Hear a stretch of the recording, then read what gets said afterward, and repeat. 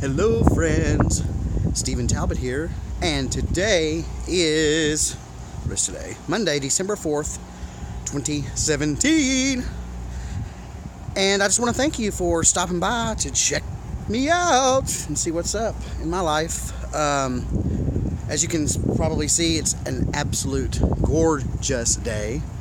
I mean, man, just so beautiful. Today's probably the last nice day that we have for a while. So I've been trying to stay outside all day. I've already walked to the grocery store. I've already juiced this morning. And it's so beautiful out here that I thought, hell, I'll just come and record my video outside. And I meant to bring a book to read and I forgot. So I'm sure I'll have to go back upstairs to grab a book. Whoa. Alright. Man, I don't know what the temperature is. Probably 65-ish. But it's beautiful for sure. I'm still juicing. And today I got... So every time I go to the grocery store, basically I'm trying... It's too bright. Every time I go to the grocery store, basically I'm trying to try, a different vegetable. Something that I haven't really tried before. So this time I got, oh God, I can't remember. Oh, fuck. Not eggplant. I can't remember. I mean, that's how unfamiliar I am with all the vegetables. They look like mangoes, but they're vegetables and they're green. But they're about the same size as a mango. Are they apricot? Not apricot. No, it's a vegetable. I can't remember. Fuck. Anyway, I got some of those to juice. And like I said, I got turnips last time. And they were good. They tasted like dirt. They added a bit of dirty taste, of ground taste to my juice. So that's probably because I didn't wash them good enough, maybe, or maybe that's just how they taste. I'm not really sure. I actually meant to bite into one like raw, and I forgot to. I feel freaking awesome. I really do. Which is crazy because I haven't had any solid food. I mean, I have had a little bit of solid food. I don't want to like mislead anybody. Although I started out saying it's going to be a juice cleanse, and I had every intention on just drinking juice, and for the most part that is still the case. I guess every other day now I have had just a sliver of meat. And here's the deal. It's not because I feel like it's not because I have hunger pains anymore. Those are gone. It's more because I think it's just the habit of eating. For 36 years now, I have taken a fork and put food on it and shoved it into my mouth every single day, multiple times a day. And so I think it's a hard habit to break. And plus, man, it's amazing how much more I appreciate, having a little piece of salmon. Like I had salmon, I'm talking, you guys, I'm talking like 1 ounce of meat, which is nothing. Like 1 ounce, like literally a fourth of a small little square piece of salmon. And same thing, like a little bitty chicken tenderloin. And that sort of satisfies my craving to cheat or to start. I don't know how to explain it. It's working for me. So, it may not be the 100% fasting, the juice fasting that I intended to do, but it's damn close. And I feel so good.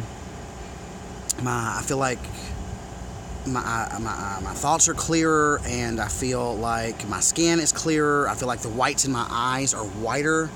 I feel like the blues in my eyes are bluer. I feel like even like going to the bath, like the what do they call it?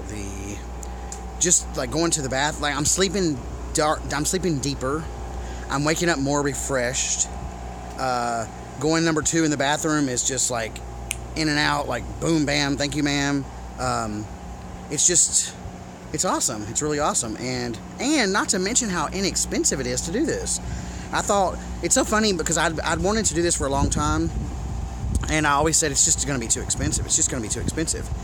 I cannot tell you guys how much less expensive it is for me to juice versus go out to eat versus buying a lot of processed food or ordering pizza or any restaurants or fast food or just all of that stuff. It's so cheap. Like literally I'm spending about between $4 to $6 a day for the entire day, and that's not a lot.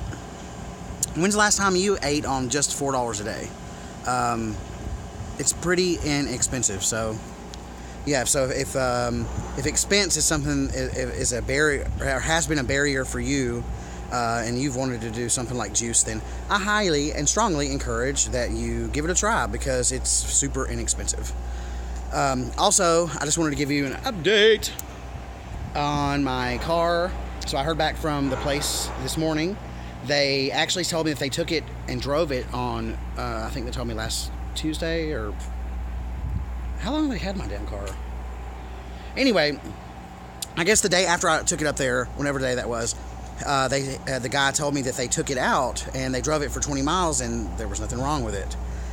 So at first I was getting like, I became very excited on the phone. I was like, oh, okay. I was thinking they were going to say, oh, it just was transmission fluid or something.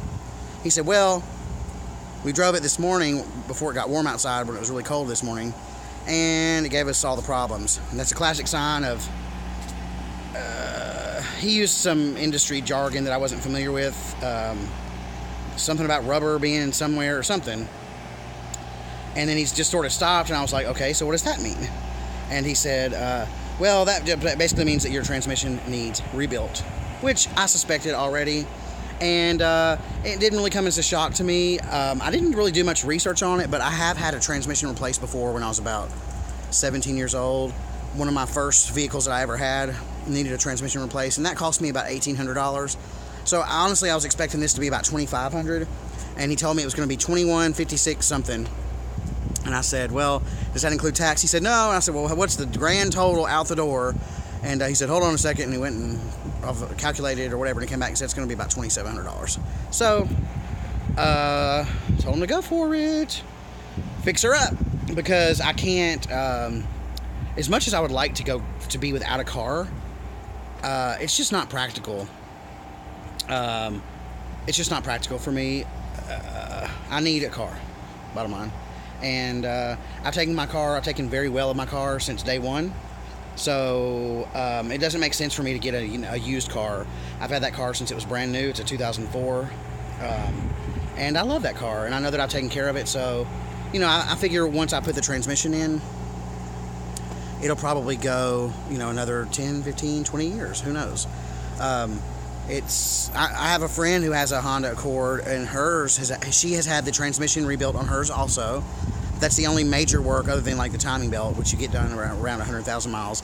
And hers just flipped over to 300,000 miles. So, I think I think it's the right decision for me is to go ahead and fix it. So, we'll see in about 10 days. I'll be free again with my car. Other than that, I'm actually about to go to Ashland City to put my aunt's bed together. We were missing the parts. We couldn't find the parts to it. And we had gone back and forth with the manufacturer. It's like a big, huge platform bed. It's like a huge monstrosity of a platform bed. It's got like this plank that goes all the way around it that you can walk on. It's a trip. Anyway, we couldn't find the parts to it, so I called or I emailed the manufacturer. Then they told me they were just the distributor and blah, blah, blah. So it's been this long roundabout thing. And finally, they told me that they could give me the parts for me to send them their $5.95 or whatever. And then just as I was about to do that, my aunt called and said, guess what I found? I found the damn parts. And I was like, oh, cool. So I'm going to go to Ashland City and help her do that. Other than that, this week, other than today, because I'm going to Ashland City, like I just said, for the rest of this week, Tuesday, Wednesday, Thursday, and Friday, I am buckling down on my self-discipline, and I am going to work for 8 hours every day. Like, actually sit down in front of a computer, on the phone, doing whatever I need to do to get my lawsuit up and running and to get my business back on track. So there's that, and I guess that's pretty much it. I hope you guys can hear me and there's not too much wind interference. I actually forgot to put my Bluetooth headset on, so this is just sort of raw right through my camera microphone, right through my phone's microphone. What else did I want to talk about? That's all I got. I think that's all I got. I don't know, you guys remember quite a few videos ago. Look, I'm going to show you. Can you see it? Oh, wait. I can't see because of the light. Okay, there it is. Okay, you guys see this building right there? They've been building that for about 6 months. That is actually an Airbnb hotel. And it's so funny because the HOA at my condo building, well, first of all, they forbid Airbnb. And it's literally, I'll show you. So our HOA consists of all these condos, and then also it consists of these townhomes. There's a row of townhomes all the way down. Okay? And then there's also townhomes on the other side. But anyway, so as you can see, this Airbnb hotel, which is there, literally sits within an arm's reach of the townhomes. So whenever this place that was it's going to be called the Charlesville, whenever the owners of that project went before the city council to get approval to build it, there was a huge uproar specifically from the HOA president at my condo building. I'm not so sure she had the support of everybody that lives here, but the HOA president definitely made it well known that she hated Airbnb and blah, blah, blah, blah, blah, and she didn't want this in our neighborhood and all this other stuff. And they still don't allow Airbnbs in our building. I just thought it was funny that we literally have this huge Airbnb hotel. Literally, it's going to be an Airbnb hotel going right, I mean, literally in the same, little thing as these condos are. So anyway, it's almost done. It doesn't look that great from this side, but it actually looks really nice on the other side. They're almost done with it. So I don't know what that will bring. Probably some chaos and a lot of bachelor and bachelorette parties, which doesn't bother me because I can't hear nothing that comes out of here. When I'm inside, I can't hear anything. We have a railroad. You guys can see the railroad track probably, right? I don't know if you can see it or not. The railroad track is right there, and it doesn't even bother me when I'm sleeping at all. So, I could care less. But, I do get where people come from. If you buy a condo in a building and you spend all this money, the last thing you want, I guess, is strangers going in and out of your building, making all kinds of noise and ruckus. So, I do get that part of it. To each his own.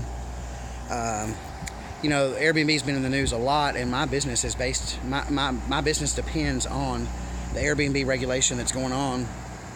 So far, at least in the downtown area, everything's still good. It's more if you live in neighborhoods, if you live in a single family home, and there can only be so many, up to 3% of any homes in a certain tract of air, it's almost like a zip code but smaller, can be used for Airbnb. After that, they don't give out permits anymore. But as luck would have it, if it's in the downtown area and if it's in a multi-family building, those regulations do not apply. So far so good with that. I watch it very, very closely. I watch the regulation very, very closely. And I've gone to a couple of city hall meetings now to voice my concern. A big concern is, I don't know, I should have saved this for another video. I don't know. I don't mean to go down the rabbit hole on this, but a big concern is the fact that there's a lot of out-of-town investment that comes in, and they buy up all these homes. They displace people who actually are from or who live here, and then they're not real people. They just literally buy up houses and they Airbnb them. And so I get that. I do. I get why they want to keep it local. I get why they don't want to displace people who, people need affordable housing and all that. I understand all that completely.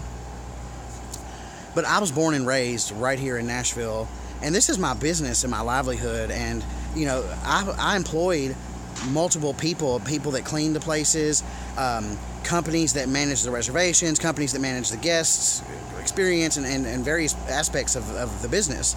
And that provides jobs, it provides revenue to the city, it provides tons of tax money, occupancy tax money, and it's whether people want to agree or not, Airbnb and short-term rentals in general, including HomeAway, Airbnb, VRBO, and all that, contribute about $500 million a year. And Nashville is a huge tourist destination now, and it has not always been that way. And I think that Airbnb and the short-term rentals had a big part to play in Nashville becoming what it is today. So that's what I got to say about that. I guess I'll wrap it up. I've been going for, 15 minutes. 15 minutes. So thank you guys for watching, as always. I hope the audio comes through. If not, I guess I have to redo this bitch again. Thanks for watching my video. If you're not subscribed, please take a moment to subscribe right now. I'll wait.